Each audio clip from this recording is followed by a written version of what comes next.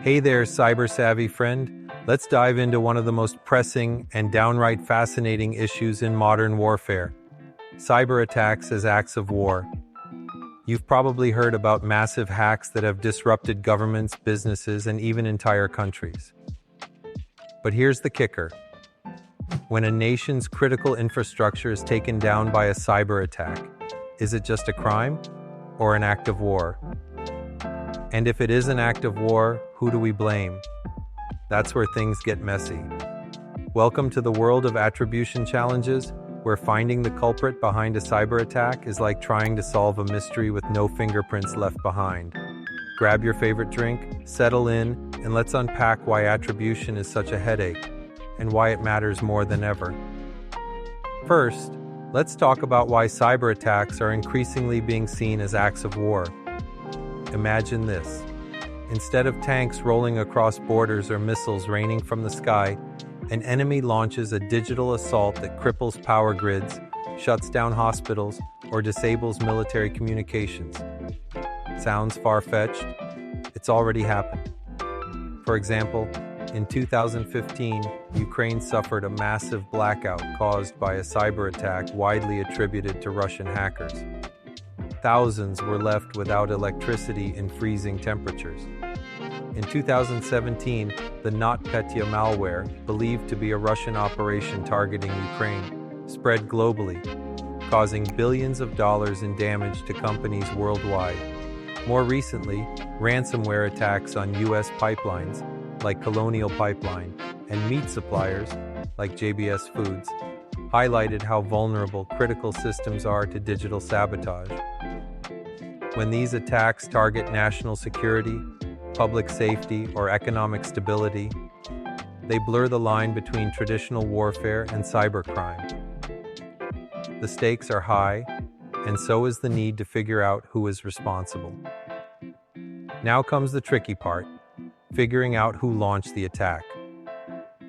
Unlike a conventional military strike, where you can see planes flying overhead or troops advancing on the ground, cyber attacks leave almost no physical evidence. Hackers can hide their tracks using sophisticated techniques like proxy servers, botnets, and false flags. This makes it incredibly hard to confidently point fingers at the real culprits. Here are some reasons why attributing cyber attacks is such a challenge. Anonymity in cyberspace. The internet was designed to connect people, not identify them. Attackers can easily mask their identities using encryption tools, anonymous networks like Tor, or compromised devices belonging to innocent users. False flags. Skilled hackers often plant misleading clues to throw investigators off their trail. For instance, they might use Russian-language malware while operating from China, or vice versa, to confuse analysts. State-sponsored proxies. Many nations employ private hacking groups or freelance operatives to carry out cyber attacks on their behalf. These proxies provide plausible deniability for governments, making it harder to hold anyone accountable. Shared tools and techniques.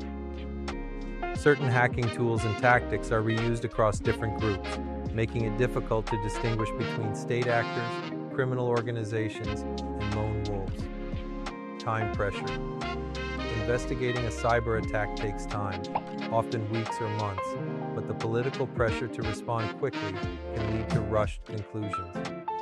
Mistakenly accusing the wrong party could escalate tensions unnecessarily. Despite these challenges, experts have developed methods to improve attribution accuracy. Here's how investigators piece together the puzzle. Just like detectives analyze fingerprints or DNA at a crime scene, cybersecurity teams examine code snippets, IP addresses, timestamps, and other digital artifacts left behind by attackers. Patterns in coding style or specific malware signatures can sometimes reveal the attacker's identity. Governments and private companies share intelligence data to build a clearer picture of who's behind an attack. For example, NATO member states collaborate through initiatives like the Cooperative Cyber Defense Center of Excellence, CCDCOE. Sometimes, The way an attack unfolds provides clues. Does it align with known tactics used by a particular group? Is the timing suspiciously close to geopolitical events involving certain nations? Context matters. Spies and informants can provide valuable insights into foreign governments' cyber operations. While technical analysis focuses on the what, human intelligence helps answer the who and why. When confidence in attribution is high, governments publicly call out perpetrators. For instance, the U.S. has formally accused Russia, China, Iran, and North Korea of various cyber campaigns. Even if retaliation isn't immediate, naming and shaming serves as a deterrent. You might be wondering, why does it matter who did it? Can't we just fix the problem and move on? Fair question. But attribution is crucial for several reasons. Holding attackers accountable sends a message that cyber aggression won't go unpunished. Without attribution, bad actors feel emboldened to strike again. Knowing who's responsible allows nations to tailor their response appropriately. A cyber attack traced back to a rogue hacker requires a different approach than one linked to a foreign government. Establishing clear rules for what constitutes an act of war in cyberspace depends on reliable attribution. Without it, enforcing norms becomes nearly impossible. When citizens understand the source of a threat, they're more likely to support measures to defend against it, whether that means investing in cybersecurity or imposing sanctions on hostile regimes. Let's look at some case studies to see how attribution plays out in practice. Widely believed to be a joint U.S.-Israeli operation, Stuxnet targeted Iran's nuclear enrichment facilities. Despite strong suspicions, neither country officially admitted involvement, showcasing the power of plausible deniability. After Sony Pictures released The Interview, a film mocking North Korean leader Kim Jong-un, hackers calling themselves Guardians of Peace crippled the company's systems.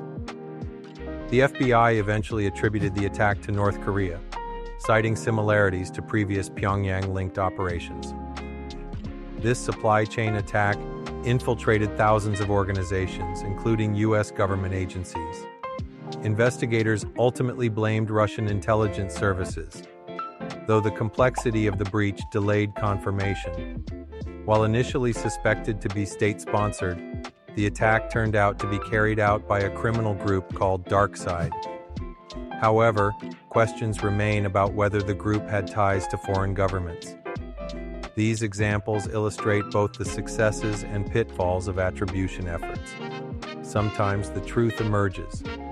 Other times, uncertainty reigns. Attribution challenges aren't just academic, they have real-world consequences. Misidentifying the perpetrator of a cyber attack could trigger unintended escalations, turning a local incident into an international crisis. Conversely, failing to attribute an attack risks emboldening adversaries and undermining global stability. As more nations develop offensive cyber capabilities, the risk of miscalculation grows. Imagine a scenario where a cyber attack disables a country's air defense system ahead of a conventional invasion. Would the victim retaliate digitally or conventionally? The ambiguity surrounding attribution adds fuel to the fire. In the age of cyber warfare, attribution is both a necessity and a nightmare.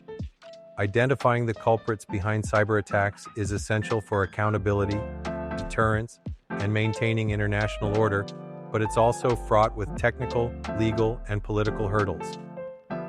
As technology evolves, so too must our ability to trace digital threats back to their source. Next time you hear about a major cyber attack, remember the unsung heroes working tirelessly behind the scenes to uncover the truth. Their job isn't easy, but it's vital for keeping us safe in an increasingly interconnected and dangerous world. Until next time, stay curious, and maybe think twice before clicking on that suspicious email link.